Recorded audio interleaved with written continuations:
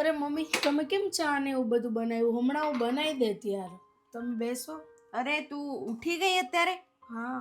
અરે હું ચા તો હું બનાવત અને તારી એ બનાવત, અને તને શું કહું છું, રાતે તું મોડે સુધી 2 વાગ્યા સુધી કામ કરતી હોય છે અને સવારે પછી આટલા વાગે ઉઠે. એના કરતાં છે ને 8 કલાકની ઊંઘ પૂરી થાય તો આપણે શરીર પણ સારું રહે. એટલે છે ને તારે વહેલા નહીં ઉઠવાનું. ચા ને એવું તો હું બનાવી દઈશ. મારે શું કામ છે? જા, તાર કામ હોય કરું, ચા લઈને આવું છું. મારી બનાવું છું, ભેગા ભેગી તારી પણ બનાવી દઉં. સારું.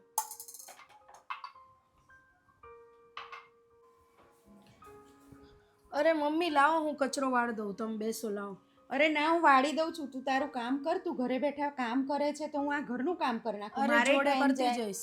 અરે ના ના, તમ તાર છે ને ઘરના કામમાં જોઈએ, મારો ટાઈમ જાય અને તારું કામ એ થાય. તારે છે તો પછી આખો દિવસ ઘરનું બે કરું એના કરતાં ઘરે તમ તારું કરી નાખીશ ઘરનું કામ. એની ચિંતા ના કર. તું તારું લેપટોપ પર જે કામ હોય એ પતાવી દે. હો, સારું.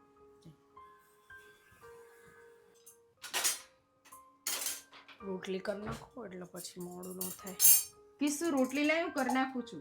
અરે મમ્મી, રોટલી હું કરી દઉં છું. પણ એવું નહીં, તારે જા, તારું કામ થાય અને રોટલી હું કરી નાખું. મેં કીધું ને, તમ ઘરના કામની ચિંતા ના કર.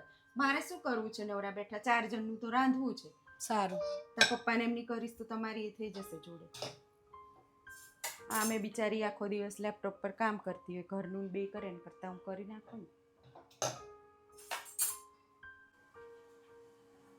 લે, હિરલનો ફોન. હા હિરલ, બોલ.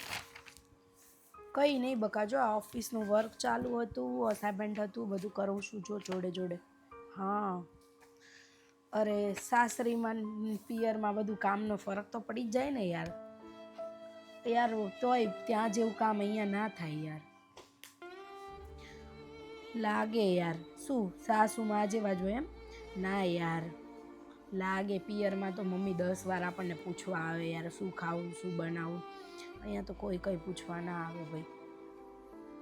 કંઈ નહીં, સાસરીમાં પિયરમાં ઘણો ફરક પડ્યો. તું જા, પછી તને ખબર પડશે. કાંઈ નહીં, સારું ચલ, મારે બહુ બધું કામ છે અત્યારે, પછી વાત કરું. હા.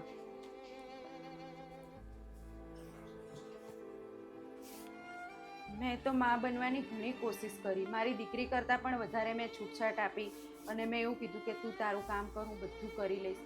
અને મેં માની જેમ સાસુ નહીં પણ માં બનીને રહી. પણ ખરેખર સાસુ કોઈ દી માં ના બની શકે. જેટલી માં માટે માન હોય ને એટલું સાસુ માટે ક્યારેય થાય જ નહીં, ગમે એટલું કરીએ તો.